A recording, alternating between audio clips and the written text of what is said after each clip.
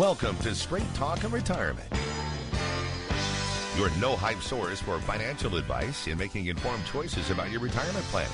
Get on the phone to talk today at 314-931-5877 or text your question to 84126. The opinions voiced in this show are for general information only and are not intended to provide specific advice or recommendations for any individual. To determine which investments may be appropriate for you, consult with your attorney, accountant, and financial advisor or tax advisor prior to investing. Securities offered through LPL Financial, member FINRA SIPC. Investment advice offered through Private Advisor Group, a registered investment advisor. Private Advisor Group and JBL Financial Services, Inc. are separate entities from LPL Financial. Now, here are your retirement coaches, Jeff and Erin Lapidus. Well, hello, St. Louis, and welcome to Straight Talk on Retirement, your live and local St. Louis's favorite financial call-in show.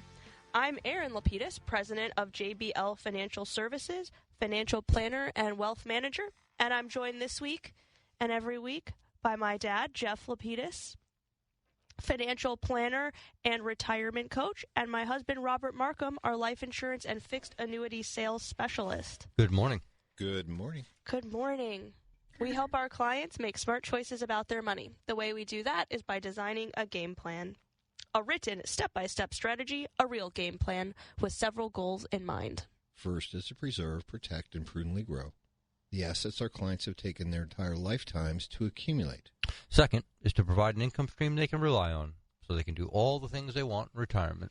And third is cost-effectively addressing their health care needs, like helping individuals enroll in Medicare and choosing the right plan to couple with their Medicare coverage. And then when they're done enjoying their assets during their lifetime, we show them how to pass them on to the people they love, whether it's their spouses or children, grandchildren, churches, or charities, whoever it might be, without Uncle Sam or the tax courts taking a big bite out of their money.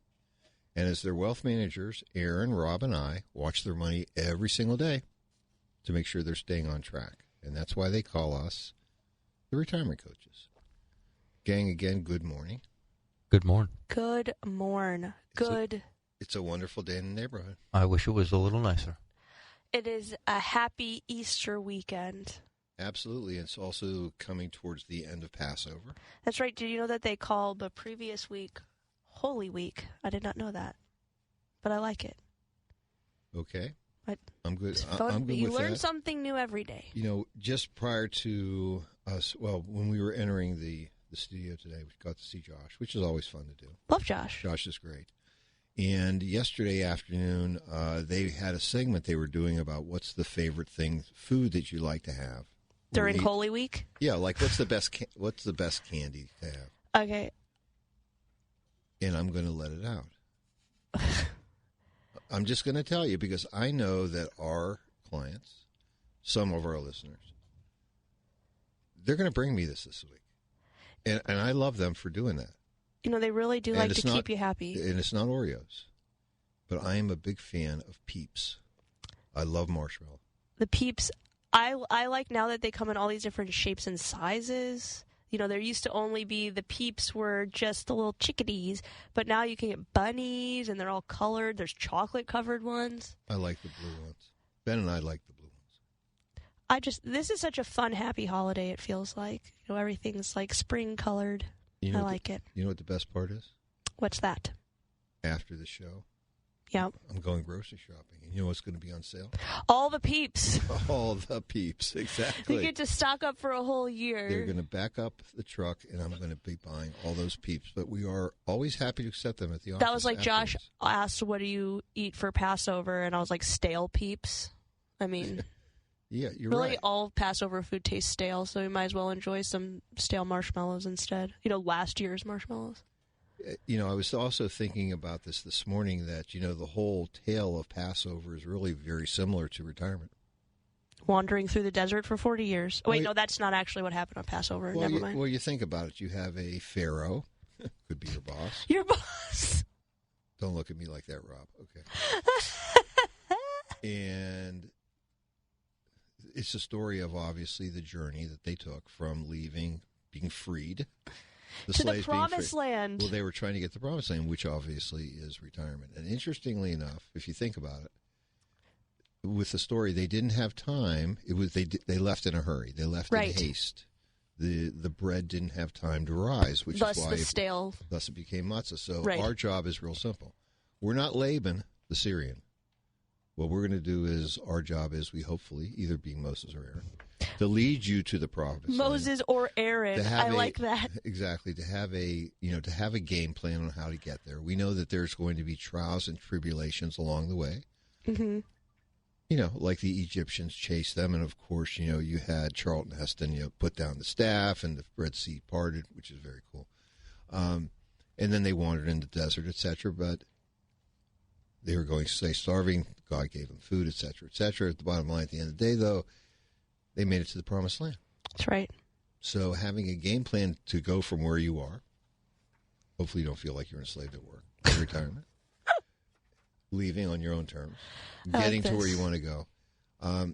It's fun. I mean, that's really what it's all fun. It's also about headed the journey. into the unknown. I mean, this is actually Yes. pretty good, Dad. This is nice. Right. It's not, and in theory, if we go to the other folks that, outnumber us by like 10-1, Christians, Yes. Easter is the resurrection, the rebirth. Right. Your new chapter in life. Amen. And isn't it interesting how these Amen. they're coming together on the end of Passover? It is and kind Easter. of nice that they lined up this year. I think that's nice as well. Exactly, which is kind of fun. So we're here to answer your questions and your calls. Not from above, but your calls on the I mean, phone. I'll accept a call from above if it so happens. I would not preclude. My phone is always on for those calls. Right. 314-931-5877 or 84126 from the text line. And by the way, if you're not contacting us from afar, From beyond. that's a nice way of putting it. There's a couple ways you can keep in touch with us during the week. That's right. Use modern technology, right? That's right. Log on to our website, jblfinancial.com. In the upper right-hand corner, there is a Contact Us button. If you click that, you can send us an email, request a coaching session, financial, Medicare, or both. Ask a question. We'll try to get back to you as quickly as possible. On the lower left-hand side of the screen, there's a pop-up box that appears. It says, sign up for our monthly newsletter. We call it the Coach's Corner, and we do keep the last 18 months archived on the website. But if you'd like a brand new newsletter delivered into your email inbox on the first of every month, you just click that sign up button and we'll make sure that Rob gets it out to you. But tell us, Rob, a little bit about what is in our April 2025 newsletter. Got some great articles in there you're probably going to love. And the first one being tax time procrastination can be common and costly. Another praise joy-worthy moment. Tax time for most people, unless you filed the extension, is over.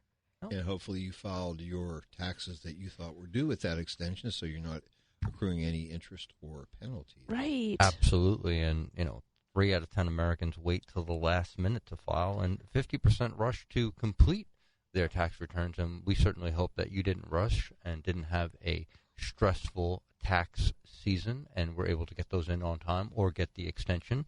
But some of these reasons why people procrastinate: filing is too complicated and stressful, 51%. But if you wait till the last minute, I would only think that would compound that. Yeah, coming under the gun, especially when you feel like the IRS breathing down your neck, probably doesn't help. I love the last one, though. 16% say, it's just not a priority. I love that. Like I'll get to it when I get to it. Right. And our next article, debt after death. What happens to debt when someone dies?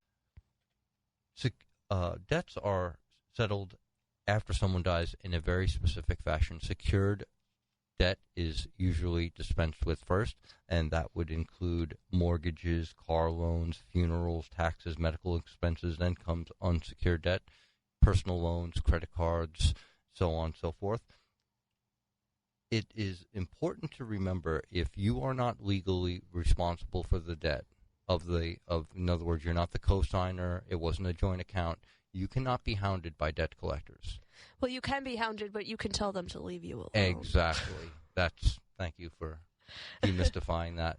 So it's very important to keep that in mind, because, debt collectors will become a nuisance, very, very quickly. So, backing them off the plate with, hey, I'm not legally responsible for this, and you need to bark up a different tree, or as my dad would say, he's buried over there, dig him up. Oh, that's a great one. I would certainly say one exception to that would be is if you were to inherit a home where there was still a mortgage balance on the property, and then you would become responsible for that debt. But certainly, if folks say, we're going to leave you the bills, you're like, okay, we don't care because the estate has to settle those, right, Rob? Yes, they do. And our next article, Catch Up for a More Comfortable Retirement. You know, a 2024 survey found only 1/3 of workers over 50 feel their savings have them on track for a comfortable retirement. But the good news is that employer-sponsored plans are very generous once you reach 50 and above in turbocharging your savings. And the savings limits now for 401ks, 403bs, and 457 plans are $23,500. But with those catch-up provisions, you can pile in an additional $7,500. That brings the total to $31,000. But it doesn't stop there, because once you reach 60 and above, between 60 and 63, you can pile in another $3,750. And that last addition is new. It's called the Super Catch-Up. The Super Catch-Up. I like that. The great thing about this article is you really they have a nice infographic here, and you know, as far as the employer-sponsored plans, you can really see the difference with and without catch-up contributions. At age 65, the non-catch-up contribution would be $500,000. But if you made those catch-up contributions, your total would be almost $250,000 more, which is amazing when you think about it. I mean, it's like half your retirement savings right there, just in catch-up contributions. And if you work till 70, your non-catch-up contributions would be roughly about $800,000. Your catch-up contributions would be almost 1.2, so it's almost $400,000, which is, again, not an insignificant amount of money. I also think that reflects the natural savings tendencies that we see from our clients over time, which generally tends to be true. I think as you are younger, you're usually in your lower income earning years because you are new into the workforce. Also, you have more pulls on your income. So less income, more debt usually. Maybe you're starting a family, you just purchased a house, or you're just going out on your own.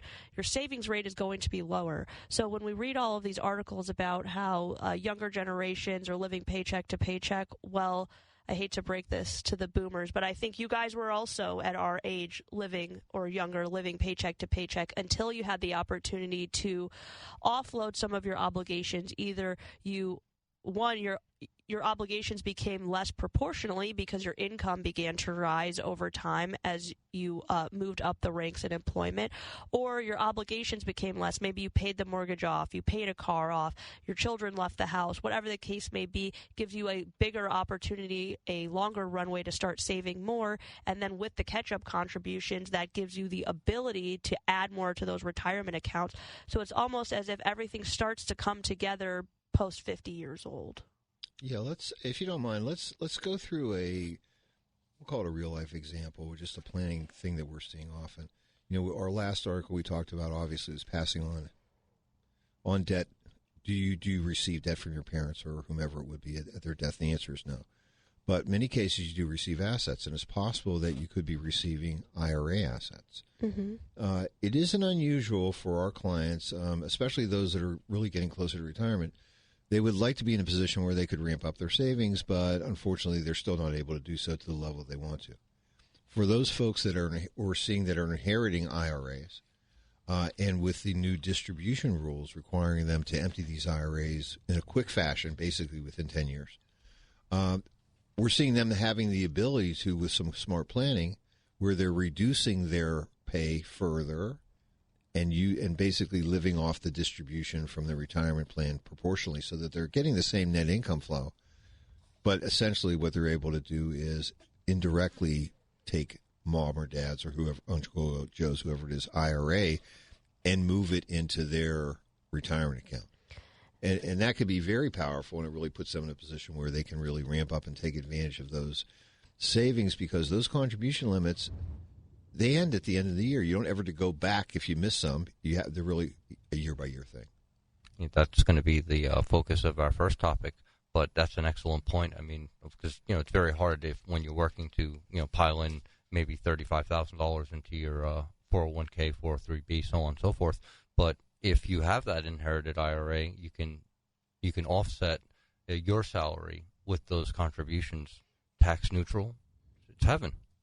Amen. Let's get to that last article. And our last article, have you checked your Social Security statement lately? Once you turn age 60, you should receive a statement in the mail from every year. Statement will generally lay out what monthly benefits will be starting at age 62 through age 70. If you'd like to view your Social Security statement, it's very easy to do so. Just head to the Social Security website, set up a free account, and you log right in, and you're good to go. That's right. That is our April 2025 newsletter. If you'd like to sign up to receive those articles, just log on to our website, jblfinancial.com, and click the sign up button. We did have a comment about the very first article. Hi, my 1099s from brokerage houses send the 1099s later and later. I received a corrected 1099 on April 8th. From a CPA, and that is true. So I know specifically in working with our broker-dealer that their main goal is to limit the number of corrected 1099s that are released, so they tend to continue to hold the initial distribution of 1099s later and later, and that is because especially if you are using a 1099 DIV, so it's for after-tax money versus IRA distributions, the funds that you're holding don't have to report on January 3rd. They get an extended amount of time into March to report, which then forces those brokerage houses, your broker-dealer, to have to make those calculations and then distribute the 1099s to you. So maybe in the upcoming years we will see our infographic change, tax time, procrastination, what are the reasons? We don't have all of our information yet. So yeah, I would say that the rule of thumb here is to chill. I mean, as much as you want to, yeah. If you don't, especially if you're not expecting to receive a significant refund based on your calculations, you should wait, because these companies want to get it right, and if they don't get it right, they're reporting their updated information to the IRS, and it may put you in a situation where you have to file a amended return, which can be expensive and also be then you didn't finish right. You didn't get to finish what you thought you had, so that can be frustrating. Yeah, you ought to really think about waiting until the beginning of March. I mean, realistically. Yeah, we get a bunch of calls at the office like, hey, I haven't received it yet, and I know how frustrating that can be for all the reasons that the newsletter, lays out. You want to get it done. You don't want to procrastinate. You don't want to wait till the last minute. You want to check it off your list, but you don't have your documents, so it's not hard to see how that could create another layer of anxiety. Yeah, don't blame your advisor. That's what it comes down to. If we could control it, we'd have them out to you before the year ended, but... Absolutely, as they say. Of and again, course. our phone lines are open. We love to hear from you, 314-931-5877 or 84126 from the text line. Why don't we take our first break of the hour, and when we get back, we'll get into that conversation about inheritance and how you can turbocharge your retirement through inheritance. So don't touch that dial. We'll be back with more Straight Talk on Retirement right after these brief messages. Welcome to Staples. Hi, I hear Staples prints it all. Oh, you bet. Posters, banners. Can you print it all for Mother's Day? Oh, of course. Photo gifts like canvas prints, photo puzzles. Can you print it all for graduation? Sure can. Custom cards and invites. Can you print a huge banner with the grad's picture? Oh, definitely. Even an embarrassing baby picture? Oh, those are the best kind. I know, right? Print it all for moms and grads at Staples. And right now, get 40% off custom cards, invites, and photo gifts. N75 exclusions apply. Visit staples.com/print for details. Here she comes.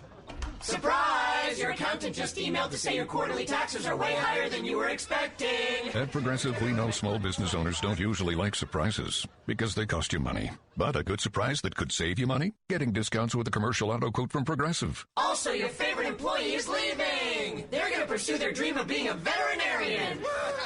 Surprise yourself. See if you can save in as little as 7 minutes at ProgressiveCommercial.com. Progressive Casualty Insurance Company and Affiliates. Discounts not available in all states or situations. If it rains where you live, it can flood where you live. Everyone in the St. Louis region lives in a flood zone. For most flood insurance policies, there is a 30-day waiting period before coverage begins, and 1 out of every 3 flood claims occur in low to moderate flood risk zones. That's why MSD Project Clear is urging St. Louis residents and businesses to know your zone. Review your resources and options today to protect your property and get assistance when you need it the most. Visit knowyourzone.org. That's knowyourzone.org. Hi, it's Jill Farmer for Premier Heating and Cooling. The weather is warming up. Is your air conditioner ready for this year? Now's a great time to call Premier Heating and Cooling to schedule a preventative maintenance check and make sure you can keep cool all season long. I just did it. It's great to check it off your to-do list. Of course, Premier is the oldest and most experienced American Standard customer care dealer in St. Louis and St. Charles. They're family-owned. They have an A rating with the Better Business Bureau, and they have over 35 years of experience in residential and commercial HVAC. They take pride in their fast response time, quality workmanship, and friendly staff, and they have the highest referral rate. The majority of their new customers are referred by current customers like me. Also, if you suffer from allergies, an air cleaner could really help get you through this season. Call 636-916-1122 or go to premierheatingcooling.net. This is Erin Lapidus, the retirement coach. Wouldn't it be great to have a game plan, a real strategy, so that no matter what was going on in the stock market, the economy, or the world, you could be confident about your retirement? Wouldn't that be great? If you're within 5 years of retirement, call me today at 314-863-0008. That's 314-863-0008. Or send me an email at Erin@JBLFinancial.com to arrange your free coaching session. Let's get started on your retirement game plan today. Let's talk about smart choices for your money. It's Straight Talk and Retirement on the Big 550 KTRS. Here are your retirement coaches, Jeff and Erin Lapidus.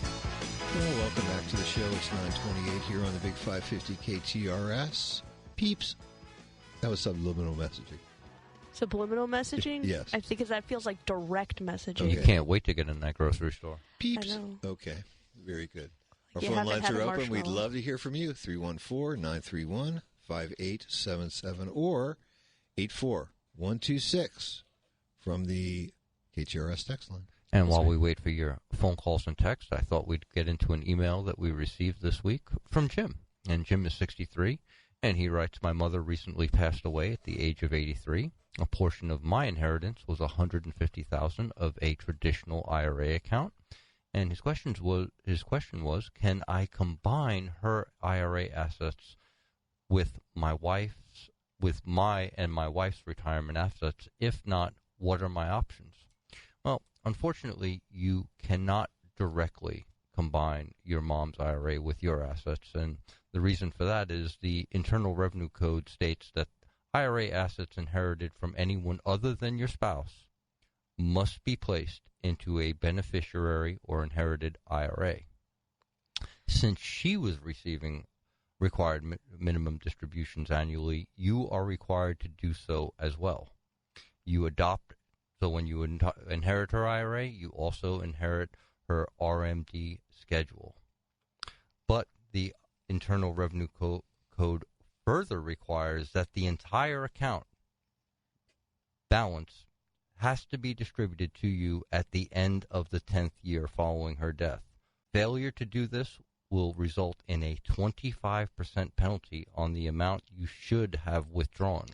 So for individuals that are now inheriting, so if you inherited an IRA prior to the law changing, your rules did not change. But anyone that has a family member that is not a spouse or a friend or a relative that passes away now and forward, if, like Rob mentioned, that person was receiving required minimum distributions, that's the minimum that you have to take on an annual basis over the next 10 years.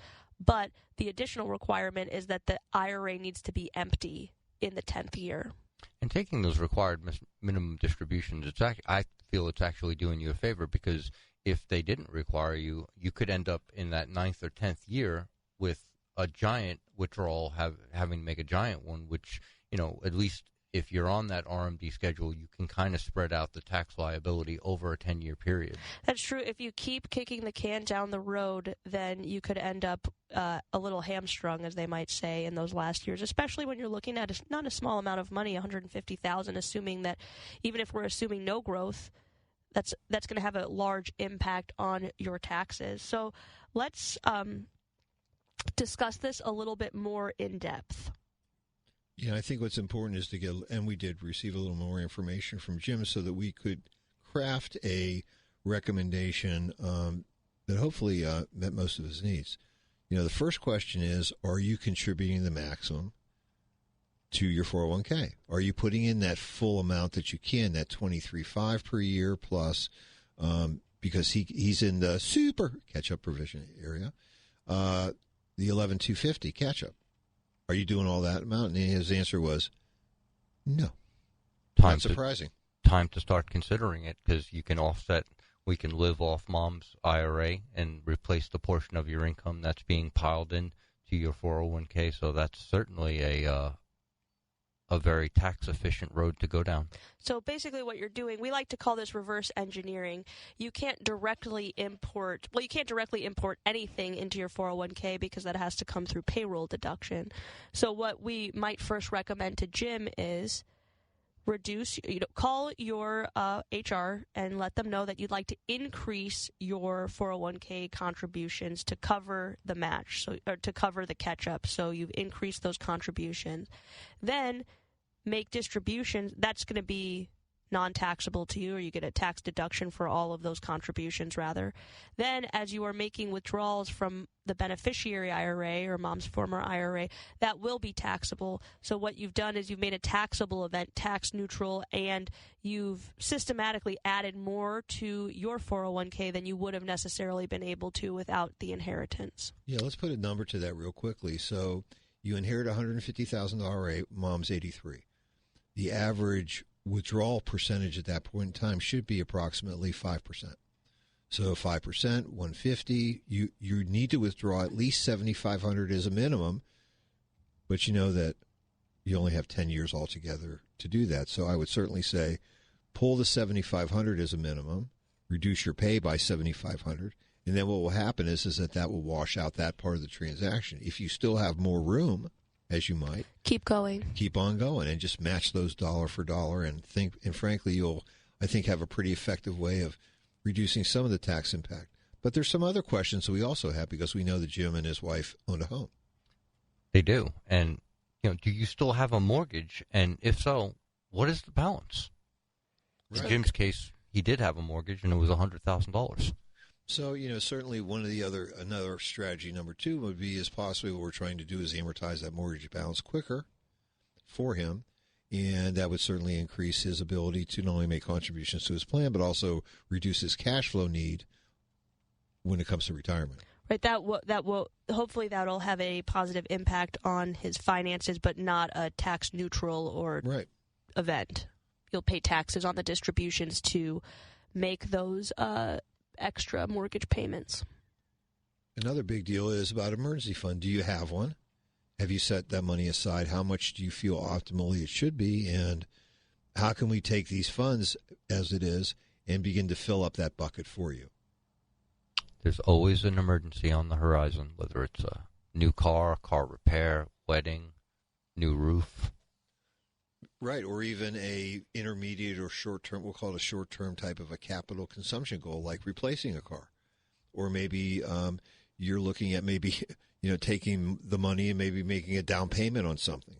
That would be something I'd certainly consider. And then finally, what is your retirement target date? And how has this money that you've received from mom impacted that? Has it been able to accelerate it for you? That's certainly something that we would want to consider. And then obviously, we also found out that he was earning less than $181,000, he and his wife.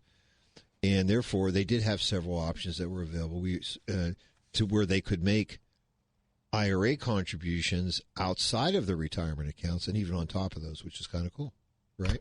Absolutely, and we found out he was going to be required, as we said before, to withdraw about $7,500 from his new inherited IRA. At the same time, he should increase his current 401k contribution by that same amount. He'll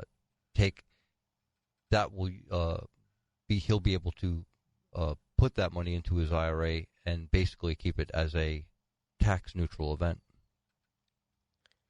Also, he could start a Roth, which is kind of fun because he's making under the Roth limit. Right, but that'll be taxable. So right, that's an after-tax situation. Obviously, we talked about filling his vault. So lots of options that are available here for Jim to consider. And in many cases, as Erin likes to say, it's a mixed approach. Sometimes we're doing a little bit of 1, 2, 3, or 4 things at the same time. And it's important to keep in mind, like, this is a great way, if you are someone that's inherited some assets, taxable or not, to really go through this checklist, which is, are you making maximum contributions, or are you comfortable with the contributions that you're currently making to your retirement plan? Do you want to increase those? That's going to help in a couple of ways. It's going to add to your savings, but it's also going to help reduce your tax liability, not just with your inheritance, but over the course of the year. Then second and third would be, do you have debt obligations to satisfy? Maybe it's not a mortgage. Maybe you're trying to pay off a student loan for your kids or one of yours, or maybe you're trying to pay off a car note. It's important to liquidate debt, and then we move on to have you refilled your savings to the point that you are comfortable. And so this is a great way to go through a checklist of, if you inherit money, taxable or otherwise, to be able to determine what's the most efficient thing to do with it moving forward. Yes, and the only other thing I would add to this, which we do with each client, is you've added a new sum of money that's there. Is it cash? Is it investment assets? And then how do we then take those assets and really synergize them with what you already have, so that we really have truly a portfolio that is balanced and in the risk tolerance that makes sense for you. So this could really truly be a rebalancing tool for you, because we know that because it's inside of an IRA, we can make changes internally without creating income tax incidents to you, and it can be a very effective tool. That's a great point, because you're most likely not going to drain the entire asset in 1 year. Even utilizing some of these strategies, you're going to maintain some of the asset. It's going to be invested in some way. You'll be able to either, one, rebalance that to meet your portfolio, or at least rebalance it because it came from mom, dad, or another family member. They probably didn't have the same goals or objectives you had, especially when we're looking at a significant age difference, like if you're inheriting it from mom or dad. And by staying invested over that 10-year period where you're required to liquidate it, hopefully, with using market forces, we can grow back at least some portion of the RMD. Of course. So you got more to deal with every year. Well, yeah, which is a good thing. And that's fun. So let's take this one step further. We're having a little fun with Jim here, Jim and his wife this morning. Let's say that Jim was in a position where we've done his game plan, his wife's game plan. They're like, you know what, I think it's time. I'm going to be in a position I can retire. Like many people, they're going to require some income flow to supplement their other sources, whether it's Social Security, pension, etc., so they can make their life work. This piece, this inherited IRA piece, this cash flow piece, can be really fun. I mean, think about it this way. Like in Jim's situation, he's 63, so he's 4 years away from his normal retirement age. Is it possible that maybe what we're doing is, instead of draining IRA assets or 401k assets, that we're front-running the withdrawals from his beneficiary IRA so that he can put off taking Social Security? Oh, that's beautiful. It could be a great idea, right? And at the same time, he's letting those IRA assets that he has, his 401k, continue to grow income tax deferred so they can be used later. Being able to have a little bit more control about, as I like to say, turning on and off faucets. Which ones are we turning on and at what times? And it really gives them a little bit more flexibility in their planning, not about when do they retire, but how do they do it? And can they then maximize their other benefits? The Social Security point is a great point, because just by delaying it 4 years, he'll see an additional 32% increase in his benefit, which, I mean, that'll certainly help in retirement. Absolutely. And then also when we get close to where he is, again, a couple of years from now, when he's electing his Medicare, based on his income, if we haven't really drained enough assets out of that beneficiary IRA, if we could be 4, 5, 6 years down the road, that we're going to have large distributions that could create, is it called IRMA? It is. Okay. Income-related Medicare adjustment. Which means you get to pay more than you like because Medicare looks back 2 years. Correct. For that income amount. And unfortunately, that is not a life change. It was a life-changing event for you, but Medicare does not consider it a life-changing event where you could petition to have that. How rude of them. You know, unfortunately, I don't make the rules. We just help let people know what they are. But before we take our second break of this hour, we have Judy on the line. Good morning, Judy. Good morning. It's really bad when I call so much that Eric knows my voice. Oh, Eric knows everyone's voice. He's been here longer than us. Right, because you're like Blueberry Judy. You know that. You should share those blueberries with him. Sorry, they're way too good. Chocolate-covered blueberries. I know. So you might have mentioned this while we had the radio turned down, but, so we're talking about these inherited IRAs, so that when I die and my grandkids inherit, my worldly possessions. So when they take their required minimum distribution from their inherited IRA, did I understand you, Jeff, that they could or should take that money and reinvest it in another IRA?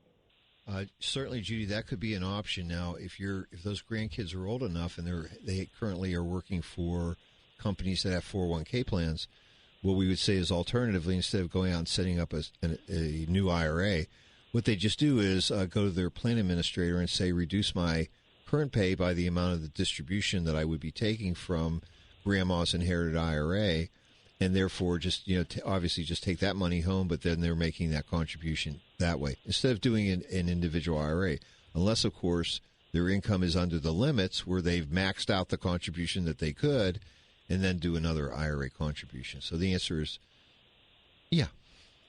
Okay. What about my kids? Do they still have to be working? Let's say they're retired. They would need to be working, unfortunately, because in order to make contributions to an IRA, you have to have earned income. But the kids could use one of the other options available. And, the options are technically limitless, but using the most important ones, if they have some debt to consolidate or pay down, this might be a great opportunity for them to do that. Or maybe if they're retired, they're living off of distributions from your IRA or the IRA that you passed along to them, so they don't have to touch their own. Okay. Now, Erin, you heard me say this. Tom was right. He's been listening to Jeff. My goodness. Wait. So you're saying that? So basically, what he's you're collecting peeps for me, right? What I think what I'm hearing is that Jeff was right through the process. Right. Don't tell your mom. This doesn't happen very often. We need to write this down. Through the transitive property of rightness, because Tom is listening to you, he is now right. I like how Judy put that together, though. That's good. I'm going to use that in the future. I want you to hear it. I love that. So was this in regard to the estate planning recommendations that I was suggesting to him? Well, yes, but then we heard you talk about, IRAs and all that stuff. So. Okay, well, this is great. Again, obviously, Judy's a client, and so is her husband. And what's nice is that we've, they've been clients for a long time, and we've been going through these discussions, not just about requiring minimum distributions, but also estate planning in terms of IRA beneficiaries, and they've made some changes in their plan, which we think is fabulous. Because and we're seeing our lawyer next week. Aren't you proud of us? Oh, I just love that, because the cool part is that if your stuff put together, you'll be in a position where you get to check that off the list. Exactly, and then as the law changes, we'll certainly be making recommendations to you to reconsider your planning. But it's all good. But thanks so much for your call this morning, and tell your husband. All right. Woo-hoo. Hello. Okay. Thanks again. Bye. Man, Judy just recorded for all of time and moment. What do they call that? Time and eternity. That her husband was right. That was brave. Yes.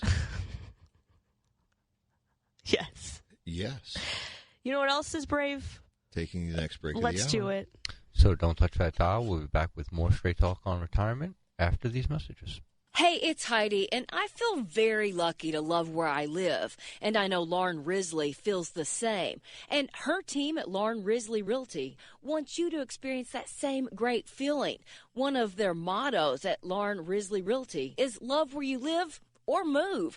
Dream homes are their specialty. Actually, they do a lot of things right, because when you buy or sell a home, it's not just a transaction. What the Lauren Risley team does is build relationships, and I've seen that firsthand. So if you have plans to buy, sell, invest, or just have a question about any of it, call Lauren Risley Realty, 314-775-0684. That's 314-775-0684. You can also email Lauren at hello@laurenrisleyrealty.com. This is a story of the one. As a maintenance specialist for University Housing, he knows college students can major in wear and tear. Plus, housing so many students doesn't leave a lot of room to house all the supplies he needs. That's where Grainger comes in. With over 1 million industrial-grade products and fast, dependable delivery, Grainger carries the quality products he needs so he doesn't have to. From a new door hinge to a whole new faucet. Call, click Grainger.com, or just stop by. Grainger, for the ones who get it done. Hip-hop legends DMC and the Sugar Hill Gang join the St. Louis Symphony Orchestra on May 8th to perform some of their greatest hits. Driving rhythms and rapid-fire rhymes join the SLSO's lush orchestral melodies in this exciting musical collaboration. DMC and the Sugar Hill Gang with the SLSO, a celebration of hip-hop. Don't miss classics like Run DMC's It's Tricky and Walk This Way, the Sugar Hill Gang's Rapper's Delight, and more, like you've never heard before. May 8th at Stiefel Theater. Tickets on sale now at SLSO.org. Hey, Heidi Glaus here, asking you to join us weekly as we present the KTRS Book Club, presented by the St. Louis County Library for readers of every generation. Books transport us anywhere our imagination wants to go. They are absolutely magical. The KTRS Book Club will introduce you to local and national authors, events, and special programs presented by the St. Louis County Library every week from 3 to 6 right here on the Big 550 KTRS. This is Jeff Lapidus, the retirement coach. Wouldn't it be great to have a game plan, a real strategy, so that no matter what was going on in the stock market, the economy, or the world, that you could be confident about your retirement? Wouldn't that be great? If you're within 5 years of retirement, call me today at 314-863-0008. That's 314-863-0008. Or send me an email, jeff@jblfinancial.com, to arrange your free coaching session. Let's get started on your retirement game plan today. Now, back to Straight Talk on Retirement on the Big 550 KTRS. Here are Jeff and Erin Lapidus. 9:49 here on the Big 550 KTRS. We're in our last 10-minute segment of the show. Our phone lines are open. We'd love to hear from you, especially about Blue Peeps. My goodness. 314-9. I forgot what 931-5877. Thank you. Or 84126 on the text line. I just noticed that they taped a really nice cheat sheet right in front of my face. So I think I had like a peep rapture there or something. I just got engulfed in thinking, I can't wait to get these. My gosh, I hope Mom is so ready, waiting by the door to go to the grocery store with you after this. You know what's so cool at Schnucks? They always have them right up at the front. You walk in, it's like, whoop. That's right. The one at Ladue Crossing, they always have its seasonal section where they put all the matzah and the peeps, or if it's turning. The blue ones. Oh my God. Well, if you ever notice the way a grocery store is laid out, all the real food is kind of around the perimeter, and in the interior is all the empty calories. The good stuff. Just kidding. I call it the empty calories, but your produce, your meats, some of your higher end grains, and then when you get to the interior, it's Well, you know why it's around the outside? Tell me. They need electricity for all that. They have to water the produce. You have to keep the milk cold, so it's frozen, on the edges. Good frozen. Correct. Yeah. Yeah. 931-5877 or 84126 from the KTRS text line. Mom says she is ready to go for Blue Peeps. Just got a text. That is a She's lie. waiting. Your mom said she wasn't even going to move today. She was too wet. She was too wet outside. And we just received a text on the hot and heavy text line, and our texter writes, Jeff, what is your opinion of holding stock in a retirement plan? I've heard I should be diversified. How much company stock is too much, or is this overthinking things? Absolutely not overthinking things. I would suggest here that most folks that are longtime employees tend to become reasonably expert analysts on their own company's stock. So therefore, having this as a significant portion of your investment portfolio inside your 401k is not unusual. At the same time, you're probably going to be doing rebalancing because you're making the calls about do I keep it, do I not keep it, etc. At the time of retirement, though, it's time to jettison and move over. And frankly, what I would be then doing is I would be wrapping the rest of my portfolio around that position. Right, and I think that was going to be the point I was going to make, which is depending upon what company you are working for, what company stock you have. Let's just say it's a large cap company, so a very large company based in the United States.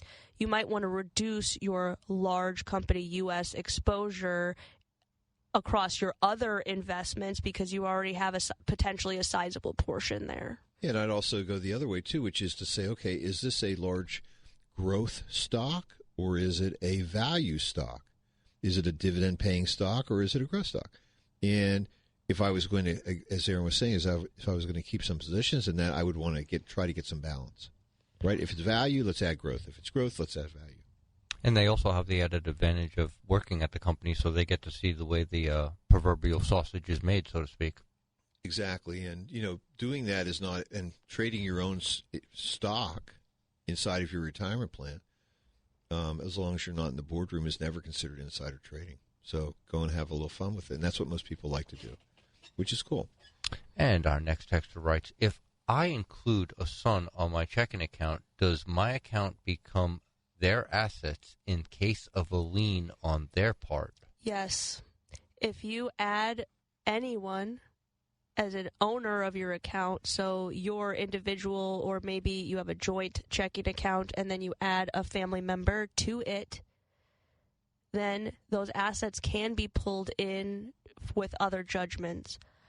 The way that you should title your assets is leave the titling, if you're married, in a joint account, if you're an individual, as an individual. Now, banks get to use their own language around this, but it all means the same thing. Transfer on death, payable on death, beneficiary. You want to include your son or whomever you'd like to leave those assets to in that section. So they are going to receive them after your passing or after your joint passing if it's a joint account. And that way, those assets cannot be pulled in, and also vice versa. If your name, since now you have a joint account with your son in our texter's example, if something happened, if there's a lien against you, they can pull your son's assets in as part of the collateral to satisfy whatever debt obligation there may be. So you do want to avoid that. Now, there are other documents that you might want to have in place if you are concerned about if something happened to you, you're incapacitated, but you'd like your son to be able to write checks out of your account in order to pay your bills, pay the mortgage, maintain your lifestyle, even though you might not be able to, you're not in the mental or physical state to be able to do so. That's where you would add a power of attorney. That's a separate document. Generally, those are what's called springing, which means it doesn't happen until an event occurs that would spring the document into action. That's how I like to think of it. I know that's probably not the technical way to explain it, but the document jumps into action when something happens.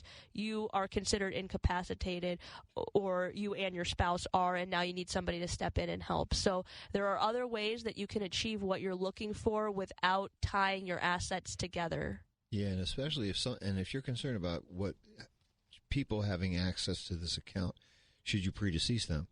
By having these TOD, POD designations, that will facilitate it, but at the end of the day, it's not that hard. I mean, sure. Your beneficiary is going to take a copy of your death certificate into the bank. The bank's going to honor it. As long as you are Right. as long as that individual is the TOD or the POD, Right. where people run into issues, especially on checking accounts, because that's usually like the last thing people are thinking about is they may have no TOD or POD. That is when you end up in probate, and you do want to avoid that. And if you keep at least in Missouri, if you're under 40,000, then you bypass probate. Sure. Which is kind of cool. Yes. Again, but it's going to take a little Yes. bit longer for your beneficiaries to receive those assets, whereas as long as you have everything, one, properly titled, two, with designations attached to everything should have a designation attached to it. Even your car, you're able to go to the DMV and add a transfer on death to the title, so that way everything is clean and will be easy to transfer for all of your beneficiaries. That's one of the first moves on the chessboard. Whenever we do a review for a client, we always pull the beneficiaries and say, hey, do you want to put eyes on this and just make sure this reflects your wishes, that there hasn't been any changes, any additions to the family, anything we need to be aware of. You can change these designations as often as you'd like. There's never a charge to do so. That's great. Very good, Robert. And again, our phone lines are open. We'd love to hear from you. We've got about 3 minutes left, 314-931-5877 or 84126 from the text line. And our next texter writes, love the show this morning, learning a lot. I plan on retiring at the end of this year, maybe even sooner. Having said that, when should I call the office to arrange a coaching session, and how does the process work? Ooh, good question. Well, you should call us. You could call right now if you'd like. Leave us a message, and you will hear back from our office manager, Kelly, on Monday morning. What she'll do is find a day and time that suits you best. You can join us in the office. We love to sit down with people face-to-face, or if you'd prefer a phone or a Zoom appointment, we can facilitate that as well. She's going to send out a couple of things to you. First is our financial questionnaire. Just ask some personal information about yourself and your finances, your family, basically pedigree information. Gives us a nice snapshot of your financial picture. Secondly, we're going to also send a list of documents that we recommend that you pull together. So that's retirement plan accounts, life insurance statements, annuity statements, bank statements, 401k, mortgage statements. Also, if you happen to have something you'd like us to look at that's not on the list, you're always welcome to bring it. You don't have to create documents that you don't have. We're just giving you an idea of what we'd like to see, all the general pieces maybe of the even financial a tax puzzle. return. Tax return is great because oftentimes we're seeing things on the tax return that you might not think of to mention to us. So we're able to look through that and get a nice idea of what your taxes looked like over the last couple of years. We generally plan for an hour to an hour and a half during our first visit, and we take it from there. Yeah, and again, our number is 314-863-0008. Again, 314-863-0008. Or you can go to our website, jblfinancial.com, click the Contact Us section, and write us a little note. That's right. And could be as brief as, I'm looking for a financial or Medicare or both coaching session, and Kelly will know what to do from there. She'll reach out to you however you have noted. So if you just give us your email, you'll get an email. If you give us your email and your phone number, you might get both. And again, we love seeing folks at our offices in Olivet. It's fun, it's free, and we have the best coffee in town. And we really do. And do us a favor. Don't you dare touch that dial, because we still got about 45 seconds left in this. And then we have a whole hour. Hour number 2. That's right. We're going to kick it off with, as always. And we just had a follow-up text, and it says, thank you so much for answering the checking account question. You guys are the best. Haven't even thought of titling my car property when I pass. So important that, you have all these documents titled the right way. That way, the people you want to get them will inherit them. Free and clear. And anxiety-free. That's right. Exactly. And peep-filled. Oh, for the love. Let's talk about smart choices for your money. It's Straight Talk and Retirement on the Big 550 KTRS. Here are your retirement coaches, Jeff and Erin Lapidus. Welcome back, everyone, to Straight Talk on Retirement. Hour number 2. That's right. We always kick things off with our smart choices about your health care segment. Because you care, we talk Medicare. And we're going to put the peeps to rest for at least the next 15 minutes. At least. I don't know how much longer it'll last. I don't even think I've ever had one. You've never had a marshmallow peep before? Oh, that's like a sugar bomb? Yeah. Oh, don't act like you're too good for good. a peep. I'm too good for Wow. I've obviously resurrected the conversation again because that was just blasphemy. I've been off that kind of thing for so long. If I were to do I could have one of those metabolic meltdowns. Chernobyl. You know what? I can hear the audience sighing from afar. It's a Chernobyl level, extinction level event that no one wants to see. You know what? Let's talk about Barry and Sue before we have to hear more about your health and fitness. Rest of us are just trying to enjoy Holy Week. So we were lucky enough to meet with Barry and Sue last week, and Barry is turning 65 in June, and Sue is only 61. He robbed the cradle. He did. Barry has worked for the last 25 years at FedEx. Love it. So his plan is to retire in June or July. Just depends. I like that because then, you retire in the summer months. You get to be outside before the winter rolls around. Or you get to find out where you're going to go for the winter before it rolls around. Sue has not worked for the last 10 years, but she did work all through her 20s, through her 40s as a private babysitter paying into Social Security. Sue has been on Barry's employer's coverage for the last 10 years since she was no longer working. And when we were in our meeting last week discussing Medicare for Barry and telling Sue what her options would be on the open marketplace, they asked, what makes an insurance plan good versus bad, and what should we be looking for with good plans, not only with Medicare, but also with the open market? This is a great question because everyone's always hearing either like they've got the best plan or they dislike their plan. Insurance companies have been in the news pretty predominantly, especially over the last several months. Good, bad, indifferent, and I think this is helpful because I always have taken the perspective that you need to look at it from how does it benefit you. Yes, there are going to be other benefactors in you making premium payments or government payments to Medicare or Medicare Advantage plans. There's always going to be another payer involved. It could be, as some like to say, a 360 win. Many people win in this situation, but the main goal is that you are winning because it's your health care. Absolutely, and it's personalized. We want to personalize it to you and your needs and concerns as much as possible.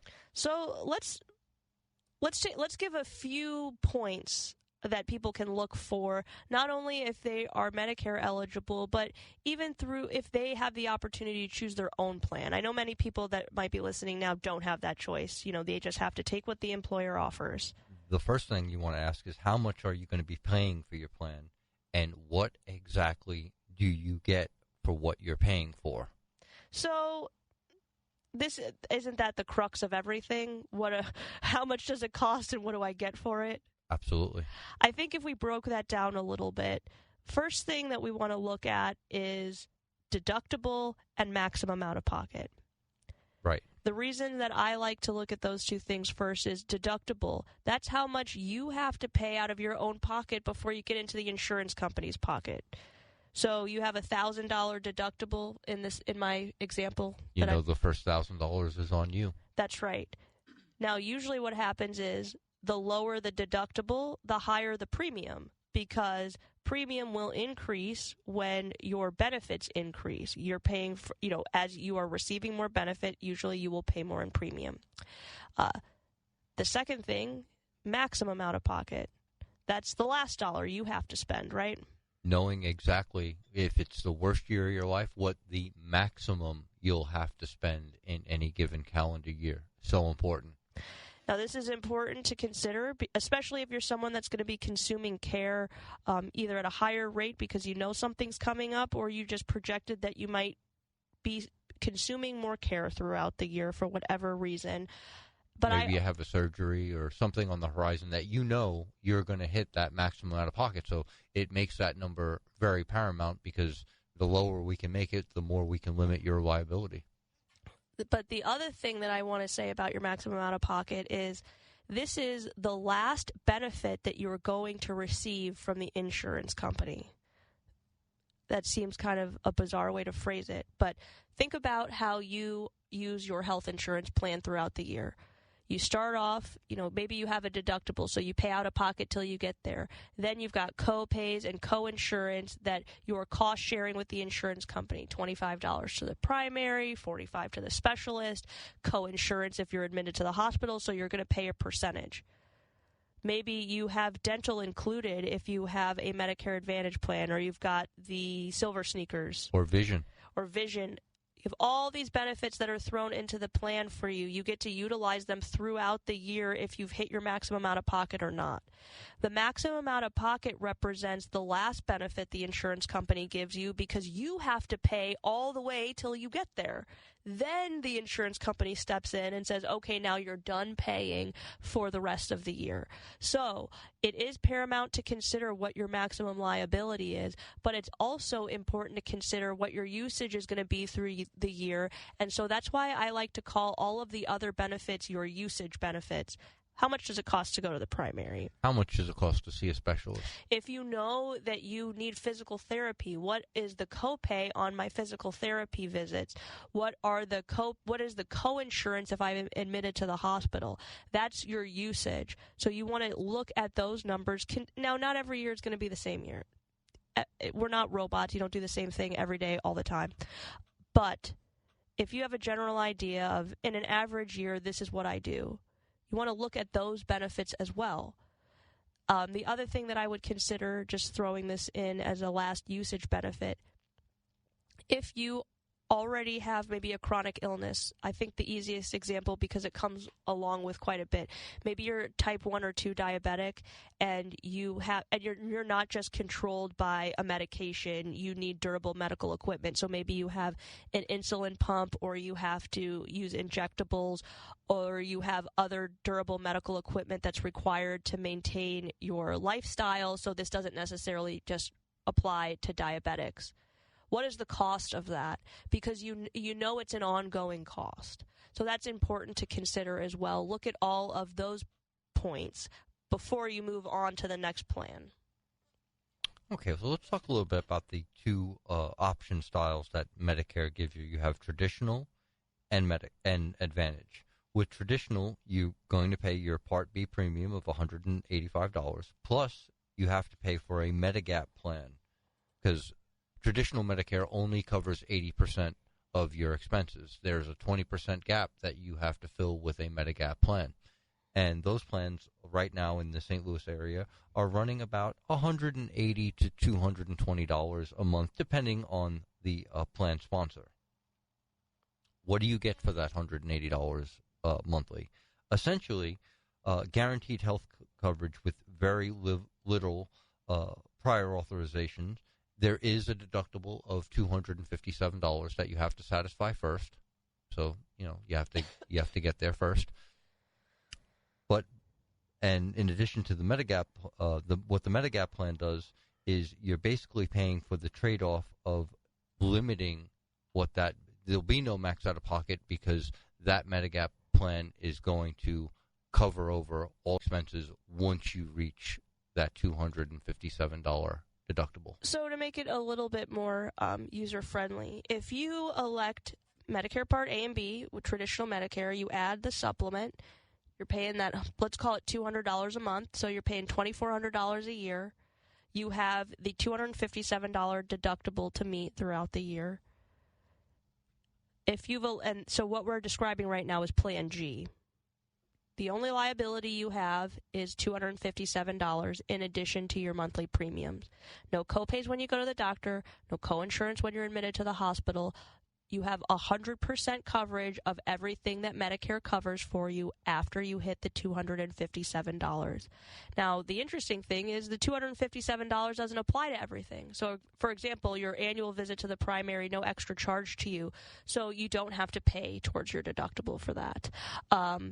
Annual blood work, you don't have to pay towards the deductible for that. But if you have visits to the cardiologist, if you need advanced testing, if you're admitted to the hospital, you're going to pay the $257 plus your monthly premiums, and that's it for the year. But what don't you get with traditional Medicare? Well, you don't get extra benefits like dental, vision, hearing, and very important, prescription drug coverage. Those will all have to be added at an additional cost to you. Right, so you got to add a prescription drug plan. Sometimes you can find one that has no extra premium, but depending upon your medications, you might have to add an additional premium above and beyond that $200 that we quoted, just to make the math a little simple. If you would like the additional protection of dental, of vision, if you need hearing aids, you're going to have to add additional premiums to that $200 a month in order to add coverage, because Plan G only covers what Medicare covers.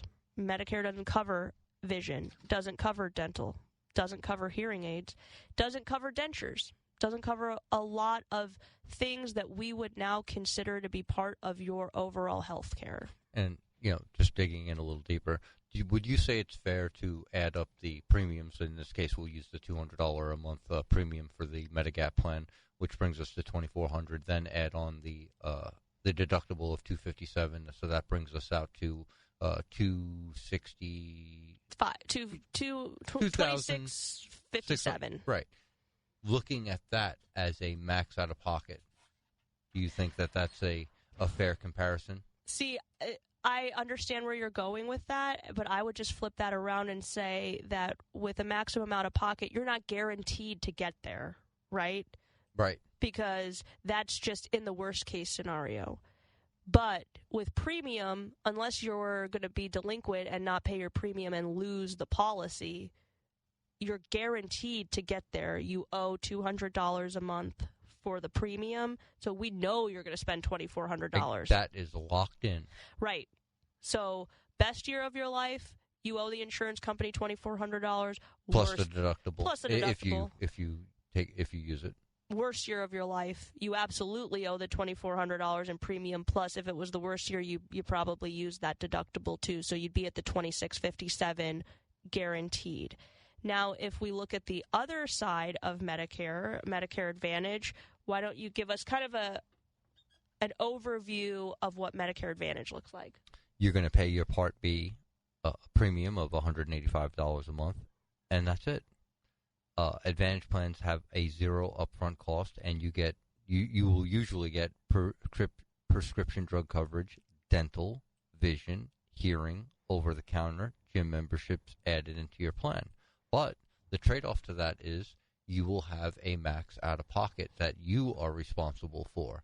So using, I believe, the Aetna Pro, the Aetna Gold Pro right Aetna now. Gold Advantage? Aetna Gold Pro, I like it. It was Gold Pro. I'm thinking of the fitness benefit. I believe right now it's $3,500 a month. I mean, a year. $2,500, yeah. $2,500, excuse me, which is really low. And the reason why I wanted to compare that with the premium cost was that you're front-running the premium, but if it's not the worst year of your life, you may be able to pocket that money. And another thing we didn't touch on vis-a-vis the Medigap, over the last, I want to say 20 years, they've only gone up incrementally by between 2 and 4%. Starting this year, you're going to start to see premium increases between, say, 5, 7, maybe even 9%, depending on where you are and who your carrier is. So, as my dad likes to say, you're on an escalator and you're going up. So every year. So you make a great point. You join Medicare turning 65 years old, you're paying $2,400 for your Medigap policy on an annual basis. That's in your first year. Every year that's going to incrementally rise.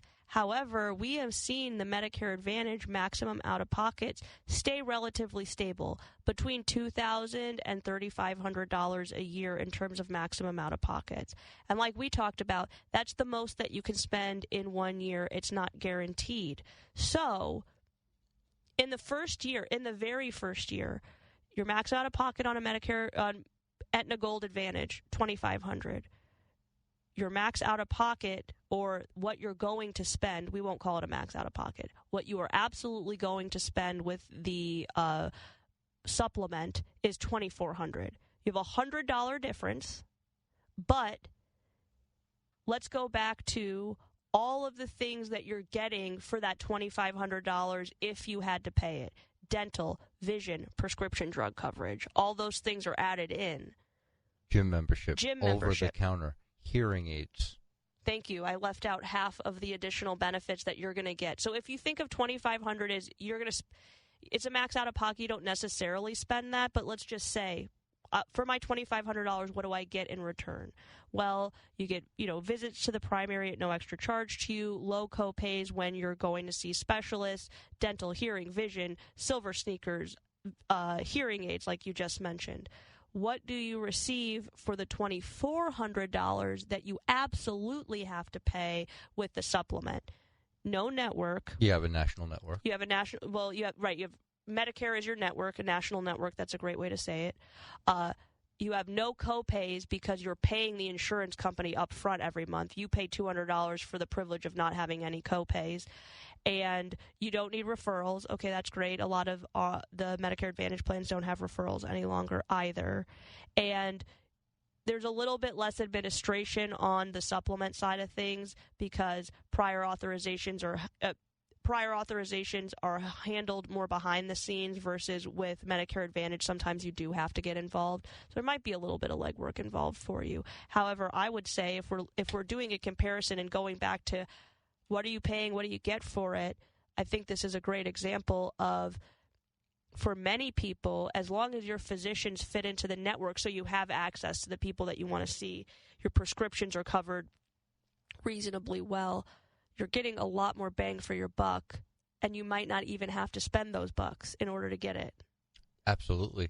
And, one point I would make is, because of the premium rate increases that we're going to see and have already gone into effect, assuming just a 5% increase, over 4 years, that's 20% more for your, and you're not getting any of those extra benefits. And the benefits do not improve with the supplements on an annual basis because it is just a reimbursement policy with Medicare. Medicare has a specific charge. After you hit your 257, the insurance company comes in and pays what your Medicare benefits are not pay, what your A and B benefits don't cover. With Medicare Advantage, you're getting extra benefits included. Those plans change on an annual basis, which means you can move from one Medicare Advantage plan to the other to help you have your health care policy actually track your health care needs. So in many cases, we have clients turning 65 that don't need access to hearing aids. So that's not an important benefit for them to have. During open enrollment, I've had several clients say, hey, this is the year I'm going to have some major dental work, or I'd like to have some major dental work, so I really need you to put eyes on the best plan that has the most robust dental benefit because I know I'm going to be using it. With a traditional Medicare option, you just don't, that's not available to you. That flexibility is not available. And you have a great statistic about statistics show that you only hit your max out of pocket on a Medicare Advantage plan once every 7 years. That's right. So so 6 of those years you would have been pocketing at the very minimum $2,400. Because at the very most $2,400 for the. You're saying because the premium's going to keep going right. up. Yep. So I'm going to lowball it and say $2,400. Right. Times 6, and now we're at almost $15,000. How many max out of pockets is that? That's Quite a few. Yes, absolutely. Well, and we haven't even gotten into all the extra benefits that you'll be sucking down because let's face it. I mean, no, when you get I think one of the benefits is the over-the-counter. I think it's either $120 or $240 a quarter. You're going to make it a priority to go down there and get all your over-the-counter stuff and try to exhaust that as much as you can. Yep. And so we have a real-life example, which is we know a client that is using one of the United Healthcare Medicare Advantage plans. They had a hip replacement and saw the bills, so they saw what was charged, $47,000. I guess it's worth it to be able to walk, like they replaced a part of your body. Can't put a price tag on mobility. But actually, United Healthcare did put a price tag on it because the member only had to pay $325 for a $47,000 bill. I never like to look at it that way, only because no matter what health insurance you have acquired, you're never paying what the charges are because you've entered into agreement with an insurance company. But it is amazing to see how much is charged versus what your liability becomes. And now the $47,000 was only inclusive of the visit to the hospital and the procedure itself. Doesn't include rehab, physical therapy. So it is important to keep in mind that there's going to be some additional costs around. There's always additional costs around surgical procedures in a lot of cases because it's not just the one-time event. It's everything that leads up to it. You need an MRI or CT or other scans and visits to the doctor before they operate. You have the actual event of the operation, your hospital stay, whatever that might be. And then you have I'll call it the aftermath, rehab, physical therapy, follow-up visits, potentially follow-up scans, things of that nature. So that's why when we are sending out our medical questionnaire to all of our current or prospective clients. Who are you seeing? What are you taking? We always work the equation backwards from that. And we had that one extra little bit at the bottom, which is there anything else you'd like us to know? That would be a perfect spot for you to put, I need a hip replacement, got a knee replacement coming up. Dental.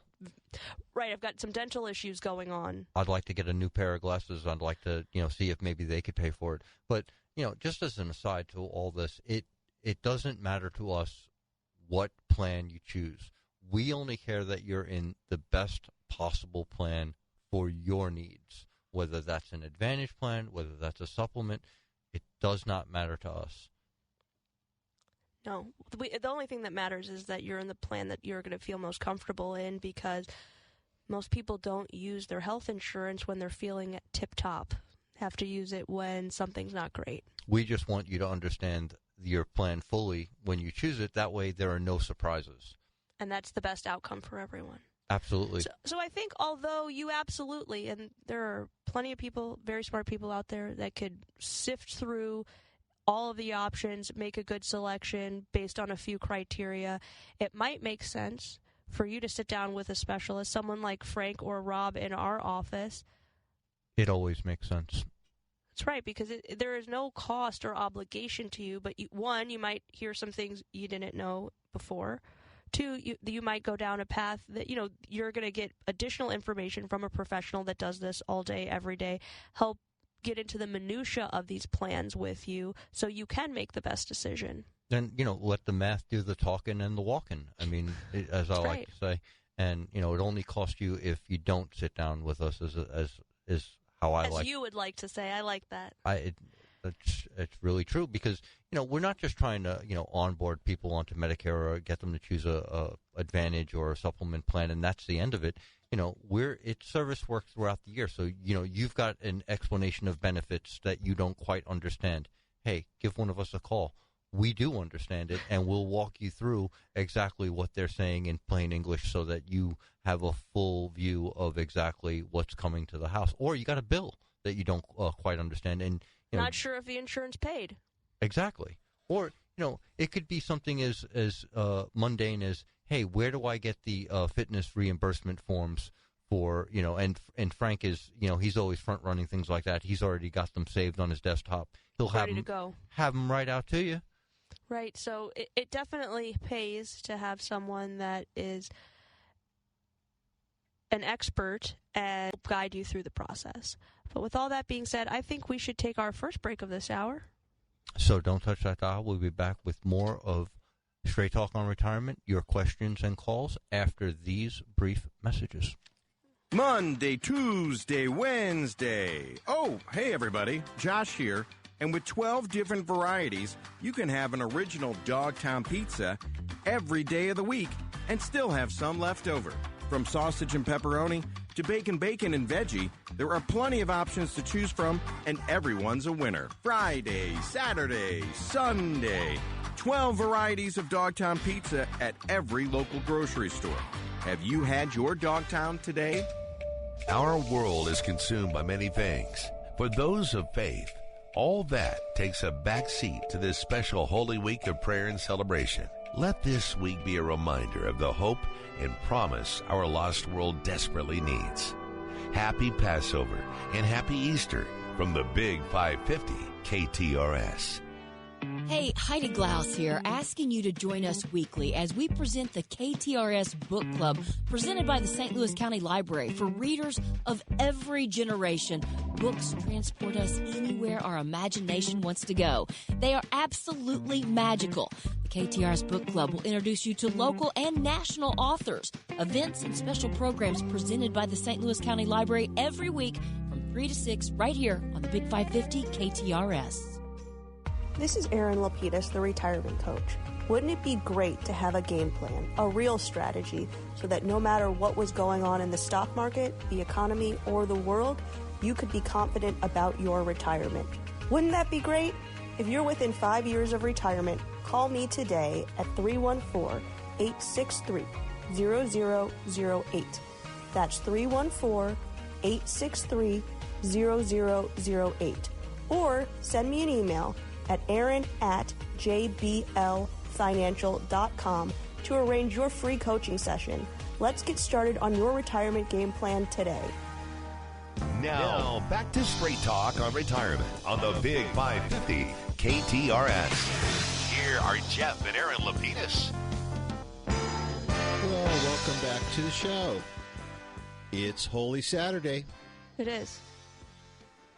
Holy cow. You know, your mom texted me. That she's not going to the grocery store with you? No, she said she's going to go, but she said she's going to limit the number of Blue Peeps that I take. And I as said many to her, will fit in the RAV4 in the trunk, just I pile said, them up? I have no problem with that as long as you want to walk home. Right, well, where would Mom fit in the car after you filled it up with all your peeps? I love that idea. Just like you driving through the... I can imagine you're like the... what is it, the ice cream man that comes through? Uh-huh. But no, you're like the peep man, just passing out peeps. Well, sure. I mean, it's so, you know, I would naturally bring some to the office and the staff. Naturally. And the, you know, I would certainly say to the staff, you know, if you're interested in having your job still. Well, that was what it was going to come down to, which is if you touch them, you die, or you don't work here anymore. Oh my goodness! You were going to share, and now that whole it's over. I wasn't really going to share. It was a fake out. That's what I tell you. Our phone lines are open. We'd love to hear from you. 314-931-5877 or 84126 from. We're starting to get them. Text line. That's right. And our next texter writes, if I turn 72 in September, how long do I have to take my RMD? Well, great news. Don't have to take it this year because the new age is 73.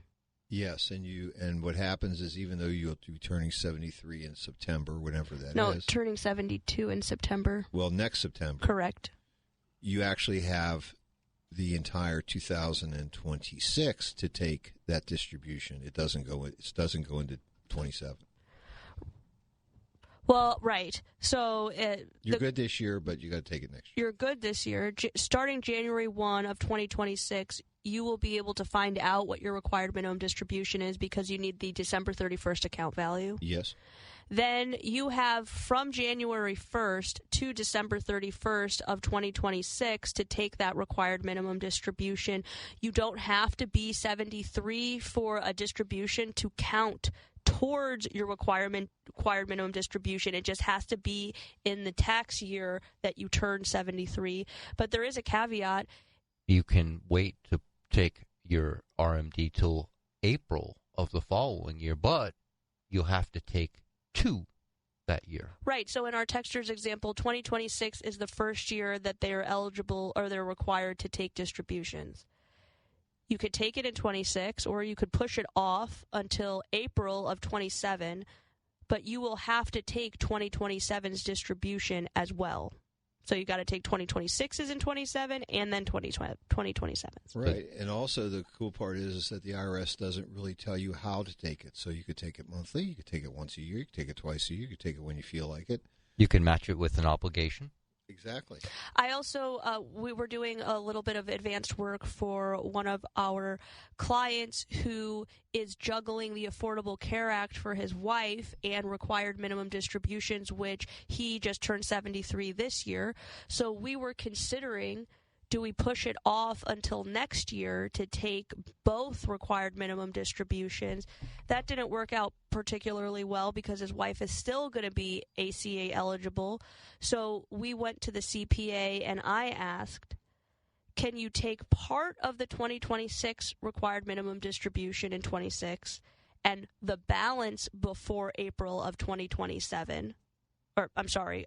The balance of the 25 year. In 26, exactly. Right. Can I take 25 part of 2025's this year and then take the balance before April of 2026, so I'm meeting that April of 26 obligation?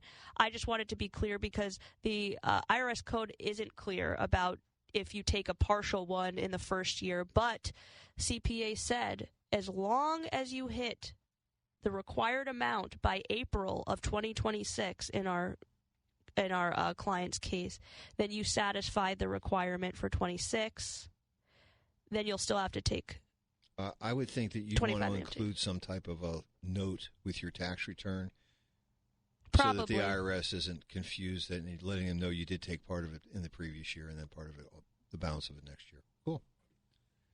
I'm sure that the tax preparers would be able to delve into that a little bit further. Yes. I just wanted to make sure that it was acceptable under the rules. So this is the unknown territory you're in. Well, that's why we always like to verify with other professionals before we give advice that might be slightly outside of. That's a more complicated tax question. We want to make sure that we're giving out good advice. Sounds good.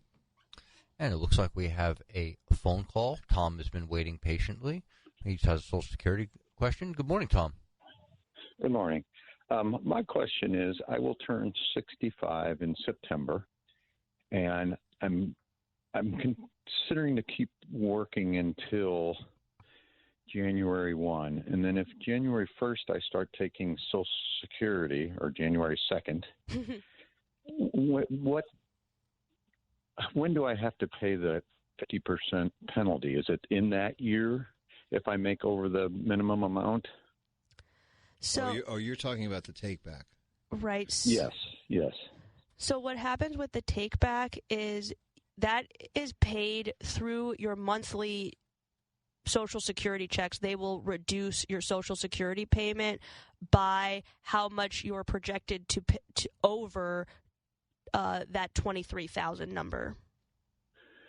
Okay, so that even though let's say I work half of that year, halfway through 6 months, if in the last 6 months of that I make over the $23,000, then I'll still have to pay into that, correct? Correct. So basically what they're going to do is they are going to project based on the paychecks that you receive how much over you're going to be. They will pay back to you if you don't go that far over. So let's just say, for example, that $23,000 is the limit. You are over by $25,000, which means technically you owe $12,500 in your Social Security benefit back.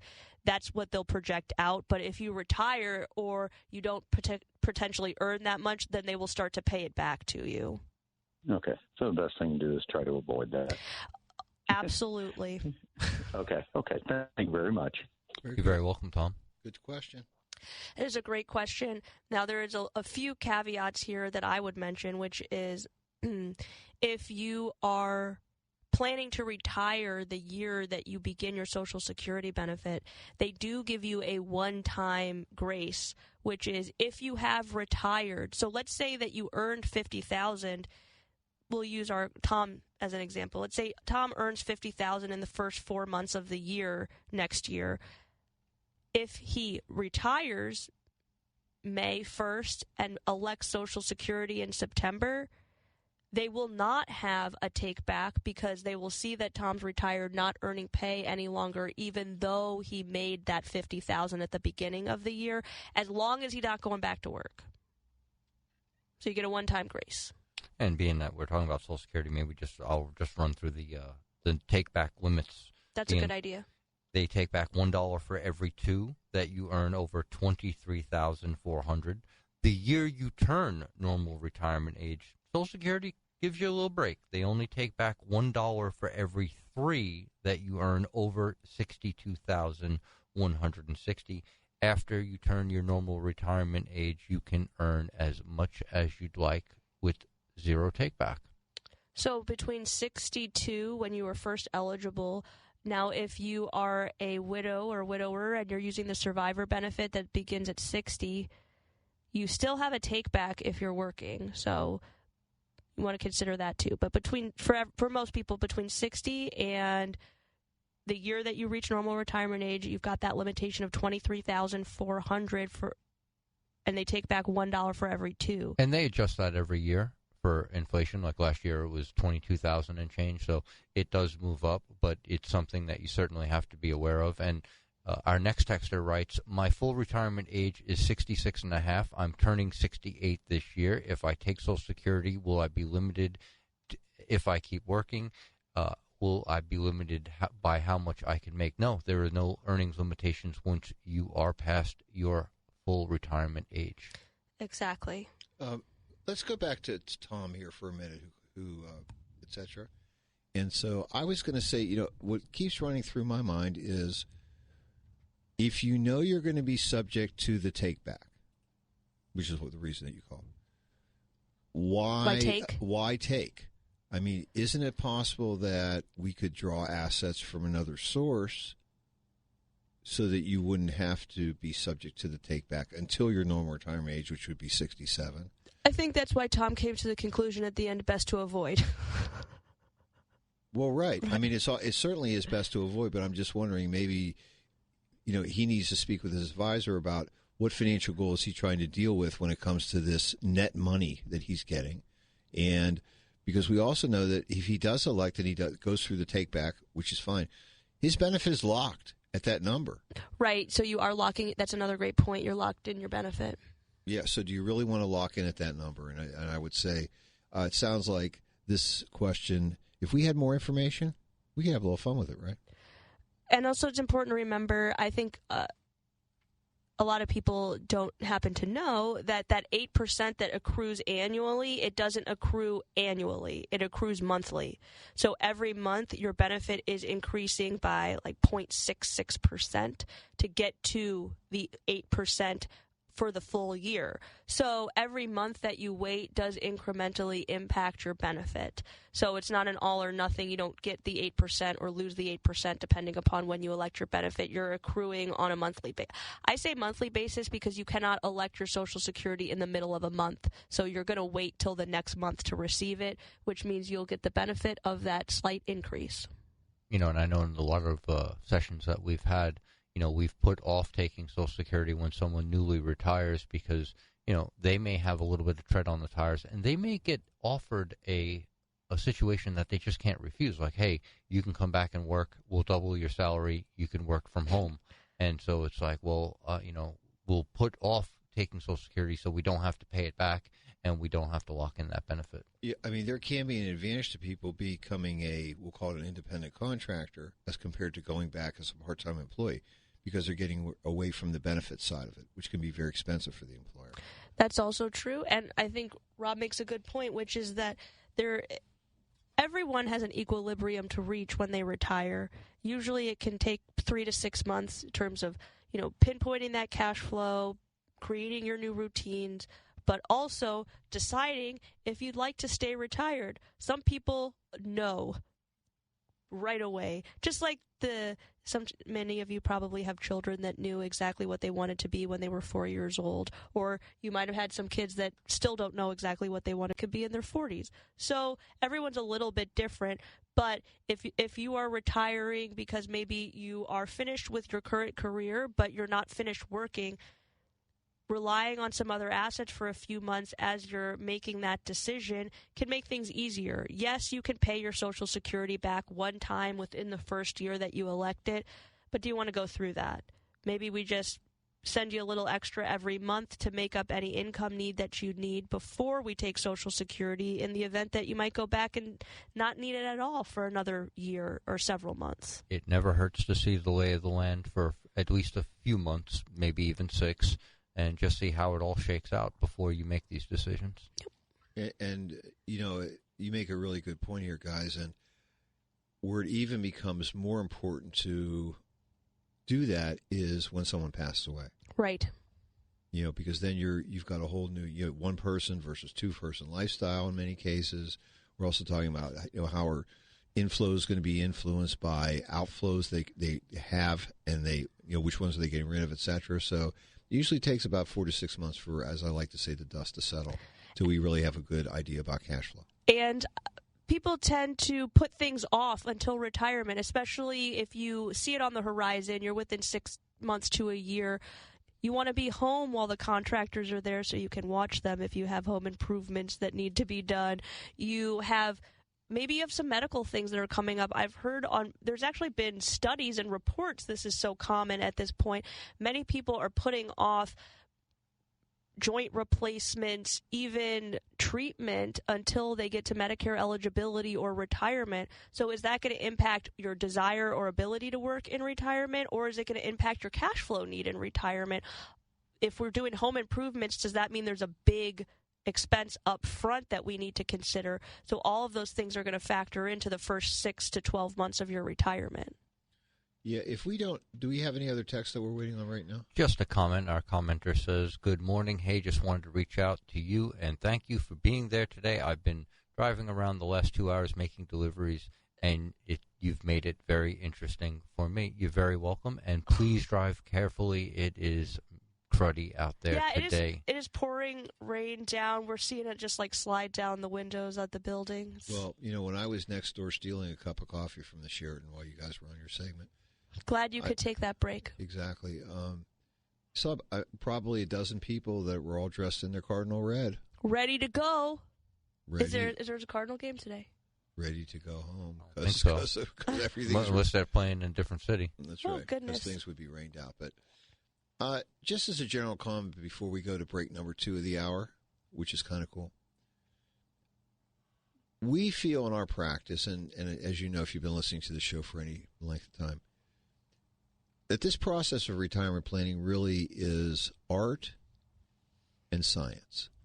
We talk about the science every single week, which is the math, the algebra problem, your own individual. How do we get to your algebra problem? How do we get to figure out how much income you need so that you can maintain the lifestyle that you have before that you retired, after retirement? And then number 2, faucet management. A lot of decisions about when do we turn on and do we start taking money from IRAs versus when do we elect Social Security versus pension elections versus beneficiary IRA distributions, IRA, etc., RMDs. That's the science.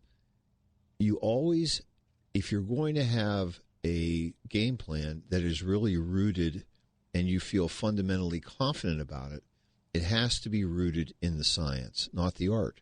The art is creating a portfolio that's designed to deliver the returns that you need so that what we're doing is we're filling in that hole that you have, and then at the same time also being able to grow over a long period of time.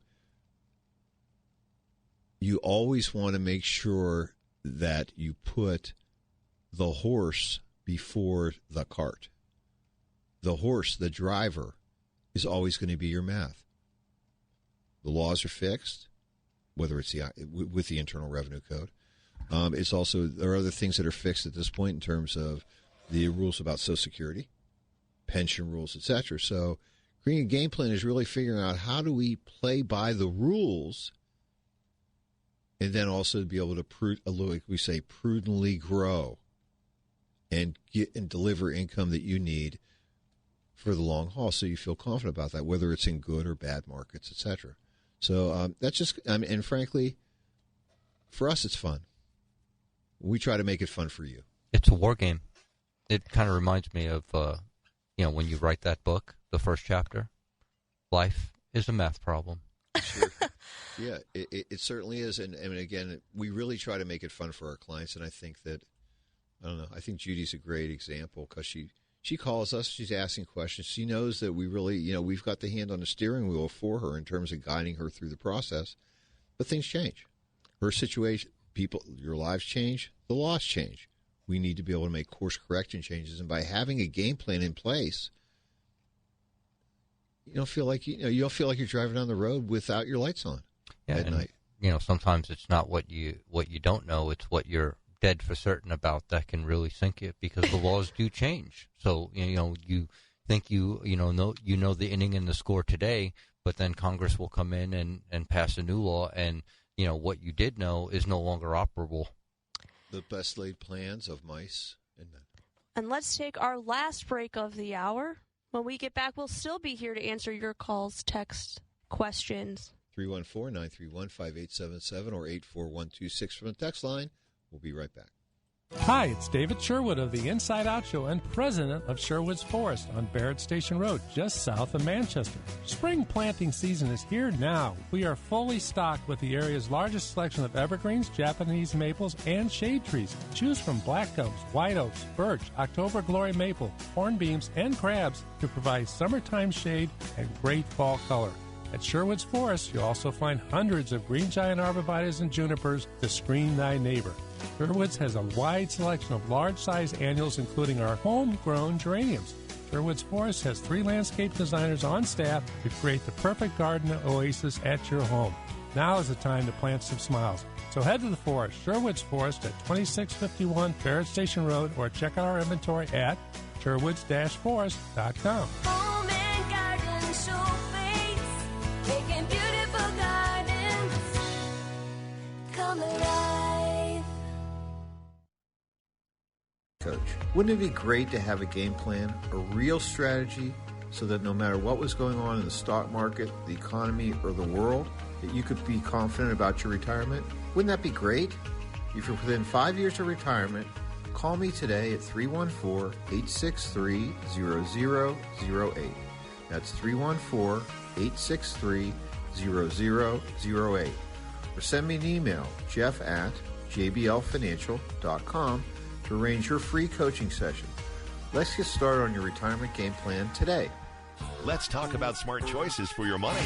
It's Straight Talk and Retirement on the Big 550 KTRS. Here are your retirement coaches, Jeff and Erin Lapidus. Well, welcome back to the show. We're having fun today. We're getting texts. We're getting emails. Getting calls. We're getting calls. Erin's not sharing this email. Very spirited. I love a spirited email. Yes, we do. We're certainly doing it. Our phone lines are open for the last 6 minutes or so of the show. Give us a call today. We'd love to hear from you. 314-931-5877 or 84126 from the text line. And our next texter writes, really enjoyed the show this morning. My question is, how do your clients get distributions from their accounts when they decide to work with you? It's a great question.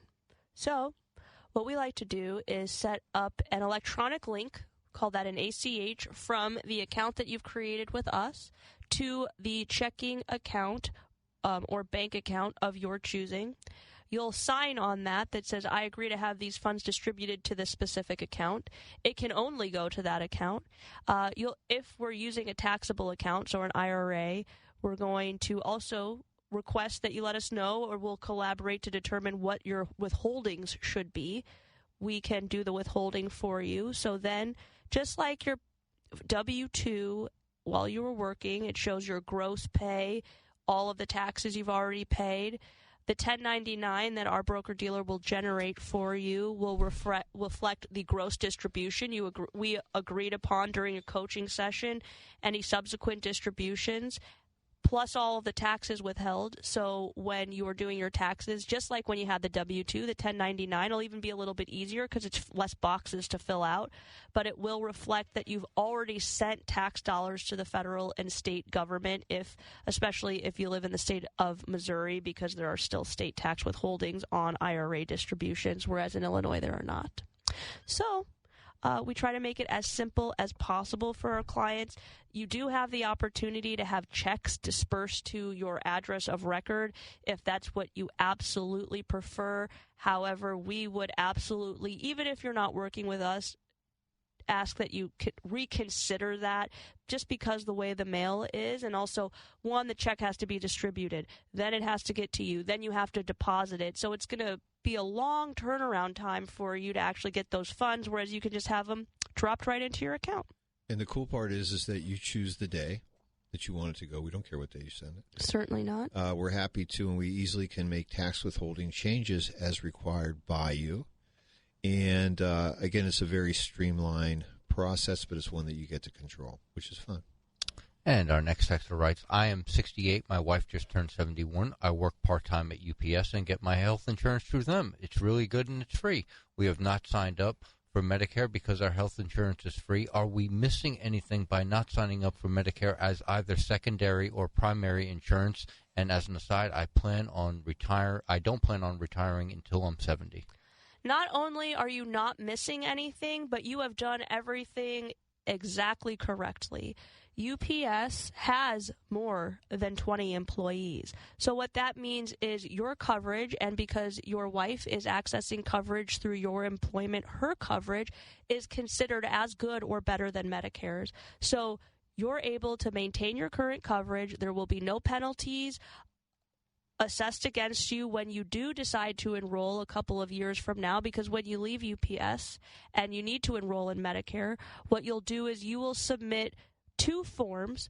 One is your Medicare Part B application, and you and your wife will each submit one of those. That's super simple. It's your name, where you were born, and your social security number. I also think your date of birth is on there. Second is called the request for employment information, and you're going to run 2 of those forms up to HR at UPS before you retire and say, hey, could you sign off on these for me? And what they're going to do is reflect that from the day you each respectively turn 65 until you retire and lose your UPS coverage, that you were, in fact, on that coverage. That's going to tell Medicare not to assess a penalty against you. It's also going to open up what's called a special election period for you, which will allow you and your wife to enroll in Medicare, no penalties, select a supplement or a Medicare Advantage plan, whichever you'd like, no medical underwriting. It will be able to begin the day after your UPS coverage ends. So you've not only been able to take advantage of the fact that UPS is offering you some benefits through your employment, but you're not paying extra for something that you don't need to access until you need to access it. So great work. So again, no, you're not going to enroll in Part A or Part B until you're ready to leave. You've already done everything. That's the bottom line. Don't talk to your friends. You've done everything right. Keep doing it that way until you retire. And then Frank or Rob will always be available to you when you get to retirement. We'll help you make that transition, as we've done for thousands of our listeners over the years. That's right. And we have one last text before we sign off. Do you think someday Missouri will change their tax withholdings on pensions or IRA accounts? Well, they did alleviate taxes on Social Security benefits, so it's possible, but our neighbors to the east of us are having budget issues because they don't impose any of those taxes, so I'm sure it's going to be an ongoing debate. You really don't know? No. There's no certainty there, but there is certainty that we will be on the air next week from 9 to 11 here on the Big 550 KTRS, and if you'd like to contact us during the week, maybe you're within 5 years of retirement, getting ready to retire, you'd like a coaching session, 314-863-0008. Again, 314-863-0008. The opinions voiced in this show are for general information only and are not intended to provide specific advice or recommendations for any individual. To determine which investments may be appropriate for you, consult with your attorney, accountant, and financial advisor or tax advisor prior to investing. Securities offered through LPL Financial, member FINRA SIPC. Investment advice offered through Private Advisor Group, a registered investment advisor. Private Advisor Group and JBL Financial Services, Inc. are separate entities from LPL Financial.